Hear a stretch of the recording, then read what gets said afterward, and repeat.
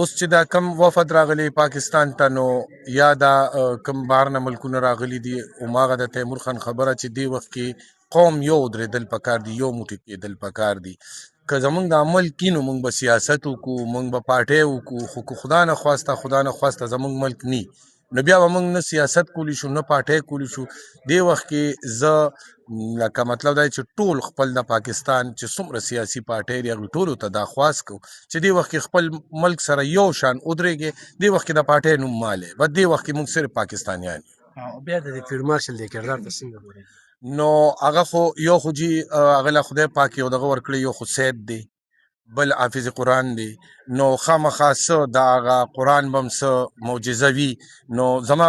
د ورکوټي ذهن مطابق خدا صرف د قرآن هغه معجزه ده چې خدای پاک هغه له یو دومره بری ورکړو چې ټوله دنیا هغه ته نن ناسته ده او د هغه په اشارو د هغه په خبرو باندې روغ هم کوي او خبرې هم کوي ورسره د هغه هم ډېره شکریه ادا کوو